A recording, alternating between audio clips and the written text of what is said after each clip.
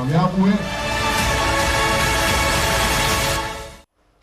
मुल्क में निगरां हुकूमतों और निगरां वज़ीर आज़म के मुख्तलिफ अदवार, कौन कब निगरां वज़ीर आज़म बना और कितनी मुद्दत तक ये ओहदा संभाला, इस रिपोर्ट में देखिए।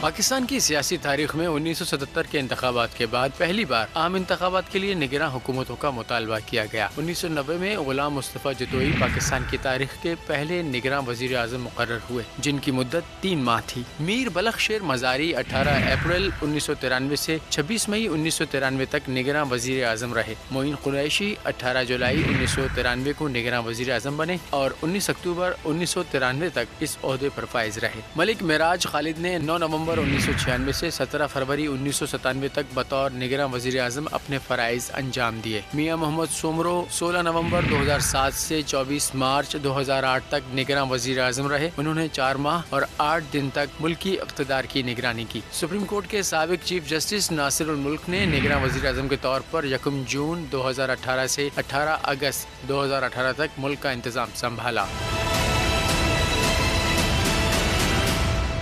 वज़ीर आज़म शहबाज शरीफ ने कहा है कि नून लीग का मुतफ़क्किर